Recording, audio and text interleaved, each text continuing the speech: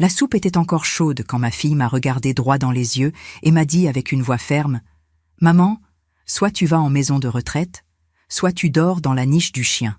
À toi de choisir. » Ces mots sont restés suspendus dans l'air, si lourds que même l'horloge de la salle à manger n'osait plus avancer. Ma cuillère est tombée de mes mains et le bruit métallique a résonné comme un coup de feu. Je suis restée immobile, la regardant fixement. Non pas parce que je ne croyais pas ce qu'elle venait de dire, mais parce qu'à cet instant précis, j'ai compris que la petite fille que j'avais élevée avec tant d'amour avait disparu depuis bien longtemps. Devant moi se tenait une femme endurcie par l'ambition, une étrangère avec mon sang dans les veines. À côté d'elle, Sébastien, son mari, l'observait en silence, les bras croisés, avec ce sourire hautain que je n'avais jamais aimé. C'était lui qui l'avait poussé à me traiter ainsi. Je le savais. Mais ce qu'il ignorait, c'est que j'avais appris à me taire uniquement pour mieux écouter. « La maison de retraite ou la niche ?» a-t-elle répété comme si elle s'adressait à une inconnue. « C'est ce que tu penses de ta mère ?» ai-je demandé calmement. « C'est ce que je pense d'une femme qui ne peut plus s'occuper d'elle-même. On a besoin d'espace, maman. » De l'espace. J'ai souri tristement. Cette maison a 6 pièces. Ce n'est pas une question de taille, c'est une question de cohabitation, est intervenu Sébastien. Vous vous mêlez de tout, Madeleine. Il vaut mieux que vous soyez dans un endroit où l'on s'occupe de vous. Où l'on s'occupe de moi. Quelle expression hypocrite quand elle sort d'une bouche malhonnête. J'ai respiré profondément, j'ai pris ma serviette et je l'ai posée sur la table. Je comprends. Alors tu acceptes d'aller en maison de retraite ? A dit Nathalie avec impatience. Non. Je me suis levée lentement, avec une sérénité qui a semblé les déconcerter. J'ai sorti mon vieux téléphone de ma poche et j'ai composé un numéro que je n'avais pas utilisé depuis plus de 10 ans. « Qu'est-ce que tu fais ?» a-t-elle demandé en croisant les bras. « Je prends une décision », ai-je répondu en portant le téléphone à mon oreille. Une voix grave a répondu de l'autre côté. « Madeleine, c'est toi ?»« Oui, Géraldine. C'est le moment. Tu es sûre ? » ?»« Plus que jamais. »« Bien, » a-t-elle dit. « Dans une demi-heure, je serai là. » J'ai raccroché, rangé mon téléphone et regardé ma fille. « Quelqu'un va venir me chercher. »« Te chercher ? Qui ? » ?»« Tu verras bien. » Et je me suis rassise. Le silence autour de la table était dense. Nathalie ne savait pas si elle devait se sentir soulagée ou inquiète. Sébastien, en revanche, semblait mal à l'aise. Il regardait vers la porte de temps en temps, comme s'il attendait une surprise qu'il ne comprenait pas tout à fait. Pendant une demi-heure, le tic-tac de l'horloge a été notre seul compagnon. Nathalie évitait de me regarder. Sébastien ne cessait de consulter son téléphone. Moi, j'observais la nappe tachée de soupe, me souvenant de toutes les fois où j'avais cuisiné pour eux, de toutes les nuits où j'avais veillé leur fièvre, de toutes les fois où j'avais prié pour qu'ils ne manquent de rien. « Maman, on est une famille », me disait-elle quand elle était petite.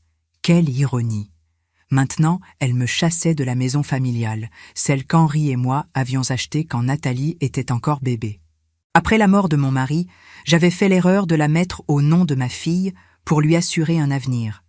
Je ne pensais pas qu'un jour elle s'en servirait pour me jeter dehors. À 19h30 précise, quelqu'un a frappé à la porte. 3 coups fermes, espacés, comme si chacun annonçait la fin d'une époque. C'est Sébastien qui s'est levé pour ouvrir.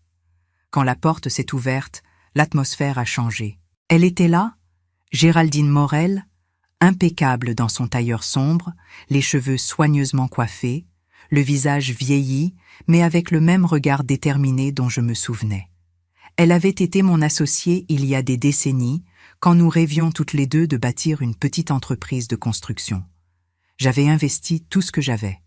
Elle s'était occupée du reste. Quand mon mari Henri était tombé malade, j'avais vendu ma part pour payer les traitements, et elle ne l'avait jamais oublié.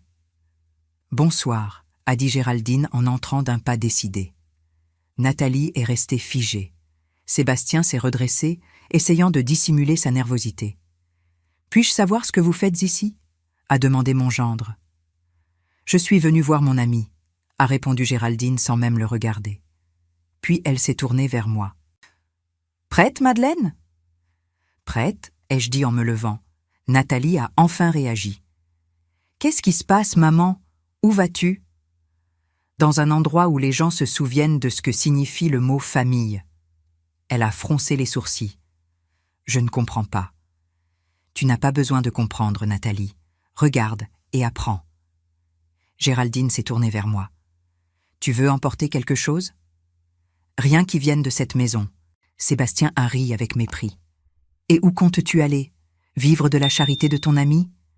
Géraldine l'a regardé avec un calme inquiétant. Tu te trompes, mon garçon. Madeleine ne va pas vivre de ma charité. Elle va vivre de ce qui lui appartient. Nathalie est restée bouche bée. Lui appartient ? Qu'est-ce que vous racontez ? Géraldine a à peine souri. Tu le sauras bien assez tôt. Elle m'a offert son bras et nous sommes sortis ensemble. En franchissant le seuil, je me suis retournée et j'ai regardé ma fille. L'espace d'un instant, j'ai cru voir dans ses yeux quelque chose qui ressemblait à du regret, mais elle l'a aussitôt dissimulé. « Maman, on est une famille, ne fais pas ça !» a-t-elle crié. Je me suis arrêtée sans la regarder. « Les familles se protègent, Nathalie. Elles ne s'abandonnent pas. » Et j'ai fermé la porte. Mais avant de continuer, vérifiez si vous êtes déjà abonné à la chaîne et dites-nous en commentaire de quelle ville ou pays vous nous regardez. Nous aimons beaucoup savoir jusqu'où nos histoires voyagent. La voiture de Géraldine nous attendait dehors, une berline noire, élégante et silencieuse. Je suis montée lentement.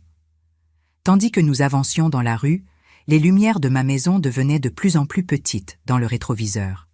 « Je savais qu'un jour tu m'appellerais », a dit Géraldine en allumant le chauffage. « J'ai trop tardé peut-être. »« Non, tu l'as fait juste à temps. » J'ai regardé par la fenêtre. La ville continuait de vivre, indifférente, comme si rien ne s'était passé.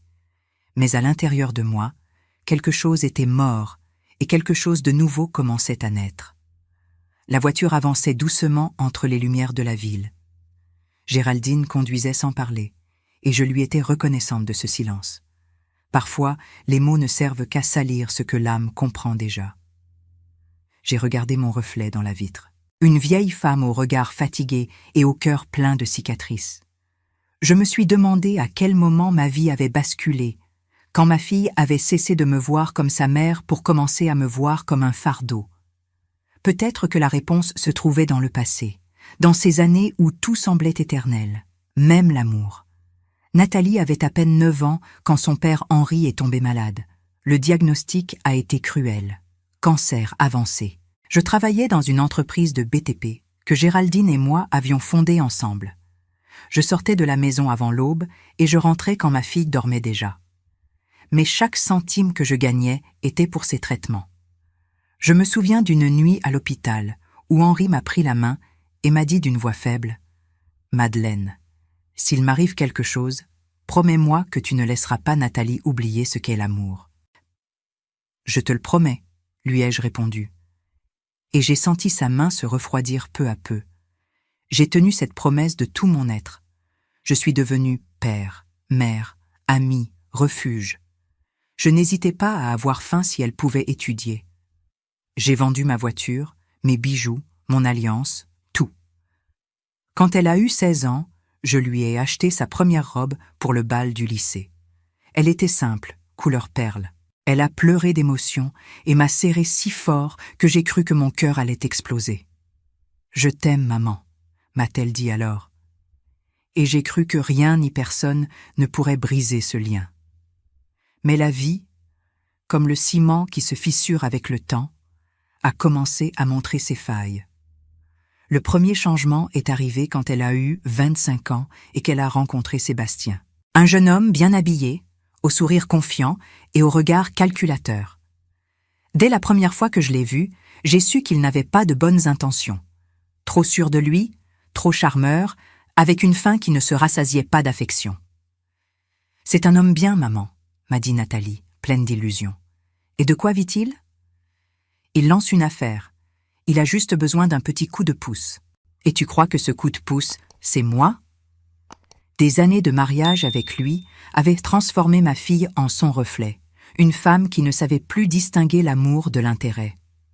Progressivement, Sébastien a commencé à décider de ce que nous achetions, comment nous dépensions et même à quelle heure je pouvais regarder la télévision. Quand j'ai protesté, Nathalie m'a dit « Maman, n'exagère pas. Il essaie juste de t'aider. » M'aider à quoi?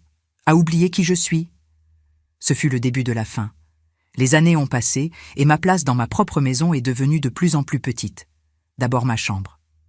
Maman, on va la rénover pour la louer et avoir des revenus supplémentaires. Puis mon fauteuil préféré. Maman, ce meuble est trop vieux, on le jette. Et finalement mon opinion.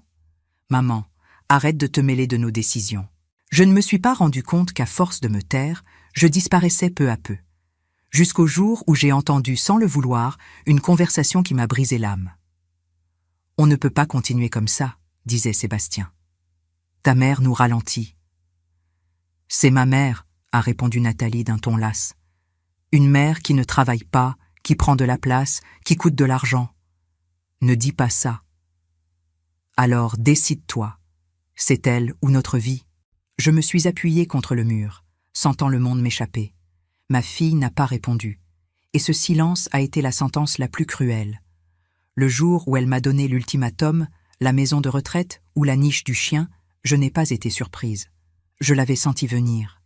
J'avais juste besoin de le voir pour comprendre qu'il ne restait plus rien de l'amour qu'il avait élevé. Mais ce qu'elle ne savait pas, c'est que parfois, le silence d'une mère n'est pas de la faiblesse, c'est de la stratégie. Nous sommes arrivés chez Géraldine cette nuit-là. C'était une belle maison moderne dans les hauteurs d'Annecy, avec vue sur le lac. Quand je suis entrée, son mari Bernard m'a accueillie avec un sourire chaleureux. « Madeleine, enfin. Géraldine nous a tant parlé de toi. Merci, excuse-moi d'arriver à cette heure. Je t'en prie, tu es chez toi. » Cette phrase « tu es chez toi » m'a fait frissonner. Cela faisait des années que personne ne me l'avait dite sans arrière-pensée. Cette nuit-là, j'ai dormi dans une chambre spacieuse, avec des draps propres et une odeur de lavande. J'ai fermé les yeux et, pour la première fois depuis de nombreuses années, je n'ai pas rêvé de cris ni de portes fermées. J'ai rêvé d'Henri, mon mari, souriant dans un champ de tournesol. Il me disait de sa voix douce « C'est l'heure, Madeleine, pas pour punir, mais pour enseigner. » L'aube m'a trouvée assise près de la fenêtre, une tasse de café entre les mains et l'esprit plein de souvenirs. Le soleil filtrait à travers les rideaux, teintant la chambre de tons dorés. J'avais peu dormi, mais pas de tristesse. Pour la première fois depuis des années, ma tête était claire. J'ai entendu les pas de Géraldine qui s'approchaient. Elle est entrée sans faire de bruit, avec un dossier sous le bras. « Bonjour, ma vieille amie », m'a-t-elle dit. « Bonjour, Géraldine. Prête à me dire ce que tu as laissé en suspens hier soir ?»« Prête », a-t-elle répondu en s'asseyant face à moi. Elle a ouvert le dossier et l'a posé sur la table. À l'intérieur, il y avait des papiers jaunis, des documents notariés, de vieilles photos et un contrat que j'ai reconnu immédiatement. « Tu te souviens de ça ?» a-t-elle demandé. « Bien sûr que oui. C'est le contrat de l'entreprise que nous avons fondée ensemble. » « Exactement. Le jour où tu as vendu ta part pour payer le traitement d'Henri, je me suis promis qu'un jour, je te rendrais ce qui t'appartenait. » Je l'ai regardé avec surprise. « Mais je t'avais dit que ce n'était pas nécessaire. Je l'ai fait par amitié et par amour, » a-t-elle ajouté avec un geste grave. « Mais l'amour ne se paie pas avec des mots, Madeleine. Il s'honore par des actes. » Elle a sorti un autre document et l'a glissé vers moi. « Depuis 20 ans, tout ce que nous avons gagné avec l'entreprise a été divisé en deux. La moitié est à ton nom. » « Qu'est-ce que tu dis ? » « Je n'ai jamais fermé la société. Légalement, tu es toujours copropriétaire. » J'ai senti mon cœur faire un bond. C'est impossible. J'ai signé la vente. « Oui, mais tu as signé un accord entre nous, une simple lettre d'intention. Je n'ai jamais finalisé le transfert auprès du greffe du tribunal de commerce. Sur le registre officiel, tu es toujours associé à parts égales avec moi. » Je suis restée silencieuse, ne sachant que dire. Pendant des années, j'avais vécu modestement, sans imaginer que sur le papier, j'étais propriétaire de la moitié d'une entreprise de BTP qui valait maintenant des millions. Géraldine s'est penchée vers moi. « Ta fille et son mari croient qu'ils t'ont vaincu. Mais le vrai pouvoir n'est pas dans l'argent qu'ils ont volé par leurs mensonges. Il est dans ce que tu peux décider maintenant. » J'ai respiré profondément. « Et que me proposes-tu » Géraldine s'est adossée à sa chaise. la justice, mais pas celle qui détruit, celle qui enseigne. Parle clairement. Nous allons les laisser se démasquer eux-mêmes. Nous leur donnerons exactement ce qu'ils ont toujours voulu, de l'argent, du pouvoir, des opportunités, et nous verrons ce qu'ils en font. Je les regardais, intrigué. Qu'as-tu en tête? D'abord, tu feras la paix avec eux. Tu leur diras que tout était un malentendu, que tu acceptes de partir, mais que tu veux leur laisser quelque chose pour leur avenir. Et que leur laisserai-je? Une lettre d'intention. Un simple document qui annonce que tu souhaites leur léguer tes parts dans l'entreprise. Ce n'est pas un testament officiel, juste un papier sans valeur juridique. Mais eux, ils ne le sauront pas. Ils penseront que c'est une promesse en béton. J'ai ri avec incrédulité. Et qu'est-ce que ça accomplira? Qu'ils révèlent qui ils sont vraiment. La cupidité brise toujours le masque. Géraldine avait raison. Je connaissais bien Sébastien. Il ne résisterait pas à la tentation de profiter de quelque chose qu'il croirait sien. « Et toi, qu'est-ce que tu y gagnes ?» ai-je demandé, méfiante. « La tranquillité. J'en ai assez de voir les gens bien souffrir en silence. Il est temps que quelqu'un remette les choses à leur place. » Ce soir-là, je suis retournée à mon ancienne maison. Les rideaux étaient tirés et les lumières allumées. Je suis entrée avec calme. Nathalie m'a ouvert la porte avec une expression de surprise. « Maman, qu'est-ce que tu fais ici ?»« J'ai oublié quelque chose, » ai-je répondu. « Quoi donc ?»« Ma dignité. » Elle a reculé, confuse. Sébastien est apparu derrière elle, visiblement contrarié. « Je croyais que tu allais en maison de retraite. »« J'ai changé d'avis, » ai-je dit en sortant l'enveloppe que Géraldine m'avait donnée. « Et ça, c'est quoi ?» a demandé Nathalie. « Une lettre d'intention pour ma succession. » Le silence a été immédiat. J'ai pu sentir leur respiration s'accélérer. Sébastien a fait un pas en avant. « Un testament ?» « Oui, j'ai décidé de mettre tout en ordre avant de partir. » Nathalie a cligné des yeux, essayant de garder son sang-froid. « Ce n'était pas nécessaire, maman. »« Bien sûr que si, » ai-je répondu avec un léger sourire. « On ne sait jamais qui peut se retrouver avec quoi quand on meurt. » J'ai laissé l'enveloppe sur la table et je les ai regardées. Je voulais vous en informer avant de prendre ma décision finale. Je me suis retournée et je suis sortie avant qu'ils puissent dire quoi que ce soit. J'ai fermé la porte doucement et en descendant les marches, j'ai su que le jeu avait commencé. Cette nuit-là, depuis la fenêtre de la voiture, j'ai regardé la maison illuminée. J'ai vu des ombres bouger à l'intérieur. Je savais qu'ils ne pourraient pas attendre jusqu'à demain pour ouvrir l'enveloppe. Et cette impatience serait le début de leur chute. Le lendemain matin, Géraldine m'a raconté qu'ils avaient déjà appelé son bureau. « Qui sont-ils » avait demandé sa secrétaire. « Nathalie et Sébastien Renard » avait-il répondu. Et Géraldine, sans hésiter, avait dit « Dis-leur que je les recevrai à 11h. » Je les observais de loin, garés sur la place devant l'immeuble.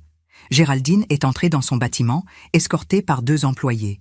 Elle portait un tailleur gris, et cette expression qui mêlait pouvoir et courtoisie, le genre de présence qui impose le respect avant même de parler. 2 heures plus tard, je les ai vus arriver. Nathalie portait une robe élégante, celle qu'elle mettait habituellement pour les événements mondains, bien que son visage trahisse une nuit sans sommeil. Sébastien, lui, marchait la poitrine gonflée et les yeux brillants de cupidité. Quand ils sont entrés dans le bureau de Géraldine, elle s'est levée et les a salués comme si elle ne savait rien. « Bonjour, en quoi puis-je vous aider ?» a-t-elle demandé avec une amabilité mesurée. Sébastien s'est éclairci la gorge. « Nous venons au nom de ma belle-mère, Madame Madeleine Dupont. »« Ah, oui !» a répondu Géraldine avec un sourire à peine perceptible. Elle ne m'avait pas dit qu'elle enverrait des représentants. « Eh bien, vous savez, elle vieillit, » a ajouté Sébastien avec une pause feinte, mais elle voulait confirmer certains détails sur son partenariat. Géraldine l'a observé sans rien dire, savourant le silence inconfortable. Puis, calmement, elle a pris son stylo et a écrit quelque chose sur un papier. « Un partenariat ? De quoi parlez-vous ? Ma belle-mère était votre associée, n'est-ce pas ? Il y a de nombreuses années, peut-être. Pourquoi cette question ? Nathalie est intervenue avec un sourire nerveux. Hier soir, elle nous a laissé un document, un testament. Il dit qu'elle possède encore des parts dans votre entreprise. Géraldine a laissé échapper des informations calculées, des phrases qui ont fait briller encore plus les yeux de Sébastien. Si ces parts existent vraiment, elles valent une fortune aujourd'hui.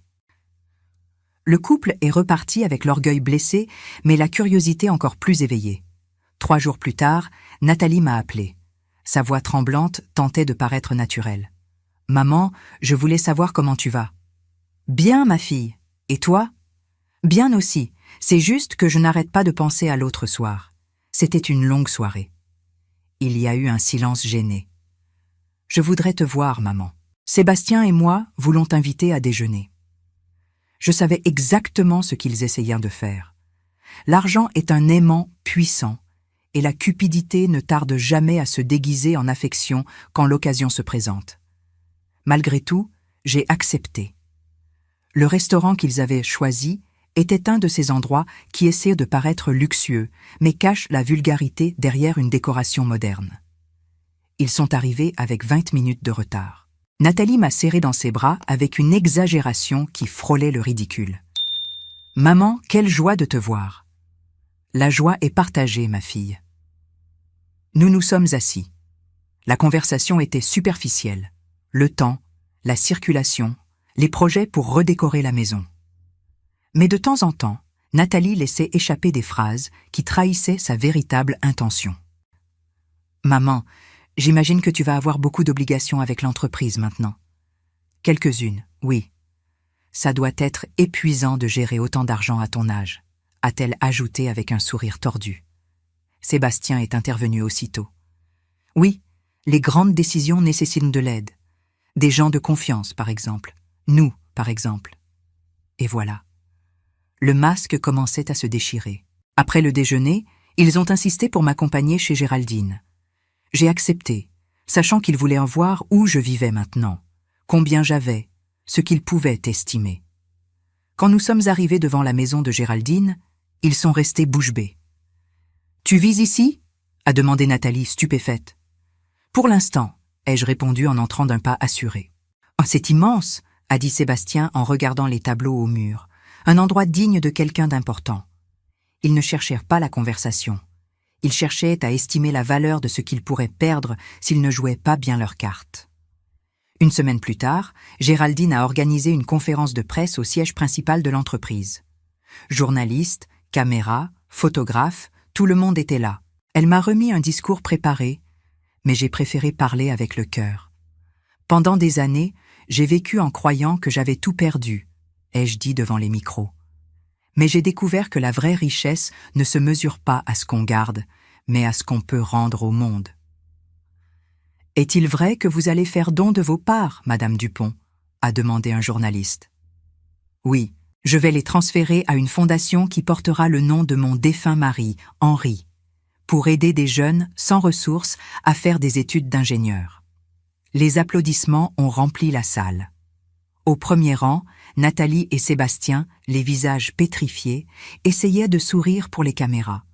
Mais je savais que ce sourire n'était pas de la fierté. C'était de la peur.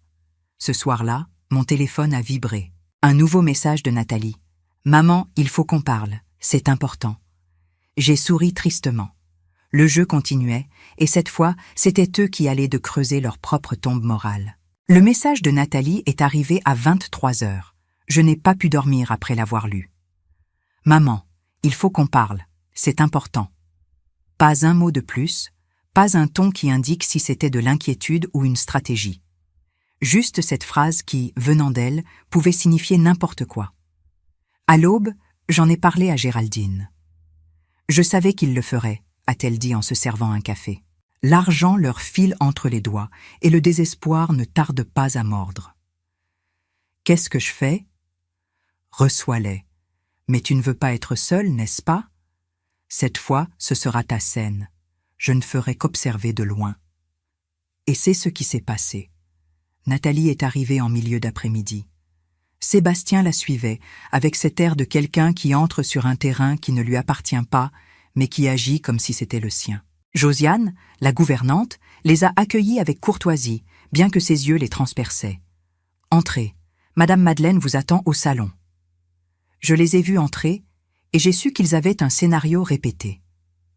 Nathalie marchait lentement, comme si elle voulait mesurer mes réactions. Sébastien la suivait avec une pochette sous le bras, feignant la sérénité. « Maman, a-t-elle commencé, merci de nous recevoir. »« Je reçois toujours ma famille, ma fille, » ai-je répondu sans me lever du fauteuil. « Nous sommes venus parler de la fondation, » a ajouté Sébastien de son ton mielleux. « Nous trouvons que c'est un projet noble, mais nous pensons que tu pourrais avoir besoin d'aide pour gérer tout ça. »« De l'aide » ai-je demandé, feignant la surprise. « Bien sûr, c'est beaucoup d'argent, beaucoup de responsabilités. Tu ne voudrais pas que quelque chose tourne mal. » Nathalie a hoché la tête. « Maman, nous ne voulons pas que quelqu'un profite de toi. Nous pourrions t'aider à gérer les fonds, tu sais, pour que tout soit transparent. » Transparent. L'ironie m'a presque fait rire. « Je comprends, » ai-je dit. « Et que proposez-vous exactement ?» Sébastien a ouvert la pochette. « Nous avons rédigé un document de gestion conjointe. Tu garderais la direction honorifique, mais nous nous occuperions de la gestion quotidienne. » Je l'ai observé sans l'interrompre. Le papier portait mon nom imprimé en grosses lettres. C'était un contrat déguisé en noblesse. Dès que je le signerais, tout l'argent de la fondation passerait entre leurs mains. « Je vois que vous avez beaucoup travaillé, » ai-je dit en croisant les mains. « Nous voulons le faire pour toi, » a répondu Nathalie. « Pour papa. Pour papa. » Utiliser le nom d'Henri a été le coup le plus bas. J'ai senti un nœud dans ma poitrine. « Pour papa, » ai-je répété lentement. « Oui, » a-t-elle dit, presque en pleurant. « Tu as toujours voulu que son souvenir reste vivant. Et maintenant vous voulez être ses héritiers moraux. Quel geste généreux. » Sébastien a remarqué mon ton et a froncé les sourcils. « Y a-t-il un problème, Madeleine ?»« Aucun. Je me demandais juste si vous croyez vraiment que je ne sais pas lire entre les lignes. » Nathalie m'a regardée, confuse. « Qu'est-ce que tu veux dire ?»« Je veux dire que vous venez d'essayer de voler à une vieille femme tout ce qui lui reste, sa dignité. » Le silence est tombé comme un coup sec. Nathalie tremblait. Sébastien a essayé de garder le contrôle. « Ce n'est pas ce que tu crois, Madeleine. »« Alors explique-moi. » « Nous voulions aider, c'est tout. » Aider avec des clauses légales, des signatures cachées et des commissions? Leurs visages se sont décomposés. Sébastien a serré les dents. « Nous n'allions pas te faire de mal. Vous l'avez déjà fait, le jour où vous m'avez traité de fardeau, le jour où ma fille m'a chassé de ma maison. » C'est alors que la porte du salon s'est ouverte. Géraldine est entrée, suivie de Josiane et de Bernard, son mari. 3 témoins qui avaient tout entendu depuis la pièce voisine. « Oh, les preuves ne manquent pas, » a dit Géraldine, avec un sourire glacial. Sébastien a pâli. « Qu'est-ce que ça veut dire ?»« Ça veut dire que 3 personnes viennent d'entendre chaque mot de votre petite proposition, chaque mensonge. Et croyez-moi, leurs témoignages auront du poids si jamais vous essayez de contester quoi que ce soit. » Nathalie s'est tournée vers moi, terrifiée.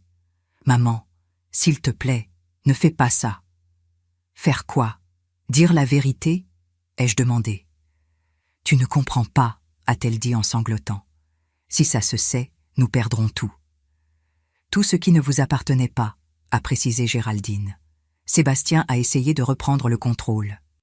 « On peut s'arranger, » a-t-il dit nerveusement. « Oublions cette conversation, trouvons un accord. »« Il n'y a plus d'accord, l'ai-je coupé. »« Vieille misérable !» a-t-il crié en faisant un pas vers moi. Géraldine l'a arrêté d'un regard froid. « Je te conseille de ne pas essayer. »« Partez, » ai-je dit finalement. « Je ne veux plus vous voir jusqu'à ce que vous compreniez la valeur d'une parole donnée. » Sébastien a pris Nathalie par le bras et l'a relevée brusquement. « Allons-nous-en. » Avant de sortir, il s'est tourné vers moi. « Tu vas le regretter. »« Peut-être, » ai-je répondu. « Mais au moins, je le ferai avec la conscience tranquille. » 3 jours ont passé. Puis Josiane est entrée dans le salon avec une enveloppe à la main.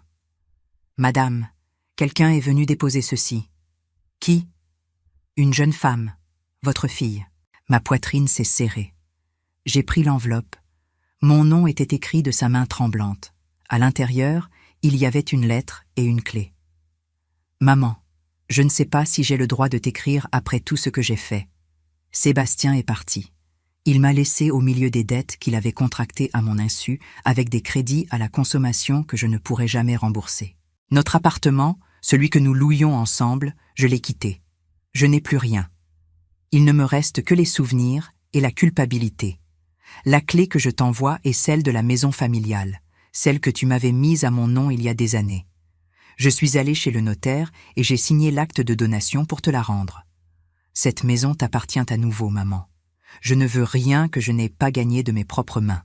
Je sais que les mots ne suffisent pas, mais si un jour tu décides de m'écouter, je serai à l'endroit où tu m'emmenais quand j'étais petite, au jardin de l'Europe. Pardonne-moi, même si je ne le mérite pas. Ta fille, Nathalie. J'ai lu la lettre 3 fois. L'encre était diluée par endroits. Des larmes peut-être, ou de la pluie, peu importait.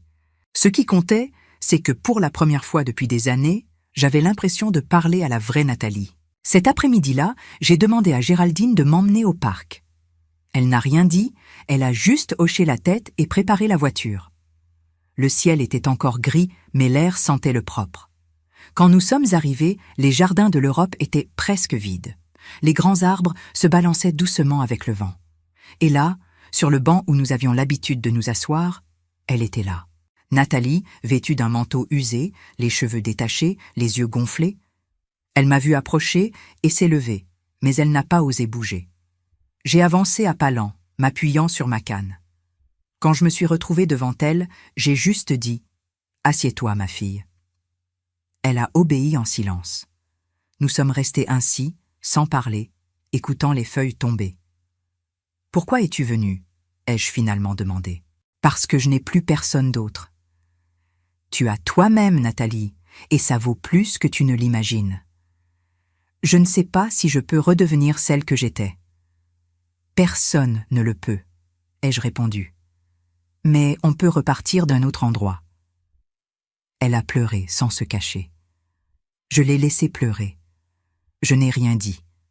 Parfois, le pardon commence par le silence. Quand elle s'est calmée, elle m'a montré un petit carnet. J'ai écrit quelque chose, a-t-elle dit en tremblant. Sur toi, sur papa, sur ce que j'ai appris. Je peux le lire? Non, pas encore. Je veux d'abord le finir. Je veux qu'il ait du sens. J'ai hoché la tête. Et à ce moment-là, j'ai vu ma fille, comme je ne l'avais pas vue depuis des années. Humaine. Pas parfaite, pas forte, mais fragile et consciente de sa fragilité. Et j'ai su que quelque chose en moi s'ouvrait à nouveau. « Où vis-tu » ai-je demandé. « Dans une petite chambre près du marché. Je travaille dans une boutique. Tu as besoin d'aide » ? « Je ne veux pas d'argent, maman. » « Je n'ai pas parlé d'argent, ai-je répondu. J'ai parlé de compagnie. Elle m'a regardé, les yeux pleins de culpabilité. « Tu peux encore m'aimer après tout ça ?» Je n'ai jamais cessé de le faire. Ses mains ont cherché les miennes. C'étaient les mêmes mains qui un jour m'avaient repoussée et qui maintenant tremblaient en demandant refuge. Et moi, sans réfléchir, je les ai prises. Non pas parce que j'oubliais, mais parce que je comprenais. « Tu crois que papa me pardonnerait » a-t-elle murmuré. Ton père avait un cœur immense. Mais le pardon ne vient pas des morts, ma fille. Il vient de ce qu'on fait après avoir reconnu qu'on s'est trompé. Elle a hoché la tête. Et alors, d'une voix presque brisée, elle a dit « Je veux recommencer, maman. Je veux travailler à la fondation. Pas comme héritière, mais comme bénévole. Je veux commencer par le bas. » Je l'ai regardée en silence. Ce n'était pas la voix de la femme hautaine qui un jour m'avait traité d'égoïste. C'était celle de la petite fille qui un jour m'avait promis de prendre soin de moi. « Alors fais-le, » ai-je dit. « Tu me laisserais vraiment faire. » Je n'ai rien à te laisser faire, ma fille, seulement l'opportunité de bien faire les choses. Les semaines suivantes ont été les plus paisibles de ma vie. La fondation a commencé à fonctionner. Nathalie travaillait chaque jour, supervisant des bourses, aidant des jeunes qui n'avaient pas les moyens d'étudier. Parfois, je l'observais de loin parler avec les étudiants et je voyais dans ses gestes le reflet de son père, cette tendresse silencieuse qui semblait perdue. Un jour, alors que nous révisions les rapports de la fondation, Nathalie m'a apporté une boîte. « C'est pour toi, maman. » « Qu'est-ce que c'est » Mon carnet, celui dont je t'avais parlé, je l'ai terminé. Je l'ai ouvert à la première page. Un titre ? La femme qui m'a appris à perdre sans haïr. J'ai commencé à lire. Chaque mot était un portrait de ce que nous avions vécu, raconté à travers ses yeux. Ce n'était pas une histoire de culpabilité, mais d'apprentissage. D'une fille qui s'était trompée, d'une mère qui avait su attendre. Quand j'ai terminé, j'ai levé les yeux. Elle était là, souriant entre les larmes. « Ça te plaît ?» a-t-elle demandé. « C'est l'héritage le plus beau que tu aurais pu me donner. » Cette nuit-là, avant de dormir, j'ai relu sa lettre. Je l'ai rangée dans le tiroir à côté d'une photo d'Henri. « Tu as bien fait, mon amour », ai-je murmuré au portrait. Je lui ai enseigné avec fermeté, mais avec amour. J'ai éteint la lumière. Pour la première fois depuis longtemps, je n'ai pas rêvé de douleur ni de trahison. J'ai rêvé d'un banc sous les arbres des jardins de l'Europe, d'une fille qui pleurait et d'une mère qui, malgré tout, continuait à croire en elle. Parce que parfois la plus grande justice n'est pas de détruire celui qui nous a fait du mal, mais de l'obliger à se regarder dans le miroir et à apprendre à être meilleur. Et ainsi se termine mon histoire. Non pas avec une fin parfaite, mais avec un cœur en paix. Parce qu'à mes 72 ans, j'ai appris que les enfants ne sont pas toujours comme on les rêve, mais que l'amour d'une vraie mère ne prend jamais sa retraite. Il se transforme simplement en héritage de l'âme. Si cette histoire a touché votre cœur, répondez ici dans les commentaires. À ma place, qu'auriez-vous fait? N'oubliez pas de regarder la prochaine vidéo qui apparaît sur votre écran. Elle apporte un rebondissement surprenant et émouvant qui vous captivera du début à la fin.